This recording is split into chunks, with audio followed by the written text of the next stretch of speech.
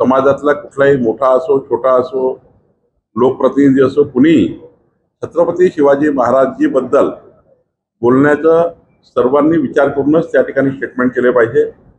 छत्रपती शिवाजी महाराज ऊर्जेचं स्थान आहे आणि आपल्या सर्वांना या देशाला जगाला आपल्या सर्वांना जी ऊर्जा मिळतं ती नावातून मिळतं, त्यामुळे त्याला उल्लेख करताना सर्वांनी सांभाळून केला पाहिजे।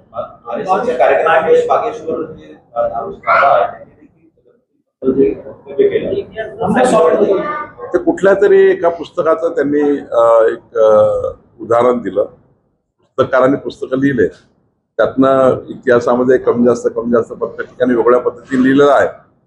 त्यांनी कुठल्या तरी पुस्तकाचा उल्लेख केला, मला वाटतं त्यांनी ते सहज स्टेटमेंट केलं।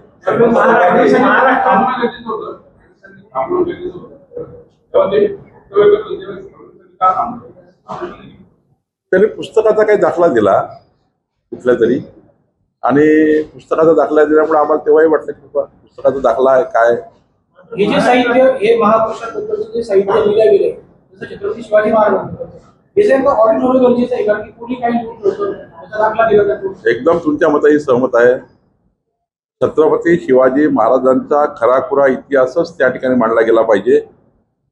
काही पुस्तकामध्ये चुकीच्या नोंदी आल्या त्या वगळल्या गेल्या पाहिजे। शासन याची खबरदारी घेत आहे की अनेक ठिकाणी वेगळ्या पद्धतीचे उल्लेख आले आहेत। या उल्लेखातनं आपल्याला खरंखुरं नवीन पिढीला समोर आलं पाहिजे आणि अशा पद्धतीचे उल्लेख हे पुस्तककारांनी टाळले पाहिजे जे त्या ठिकाणी वास्तव नाही आहे, जे त्या ठिकाणी घडलंच नाही आहे।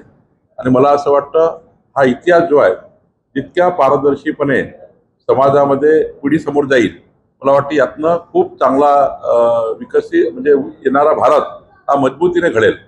मला वाटतं याच्यात थोडा संशोधन करण्याची गरज आहे।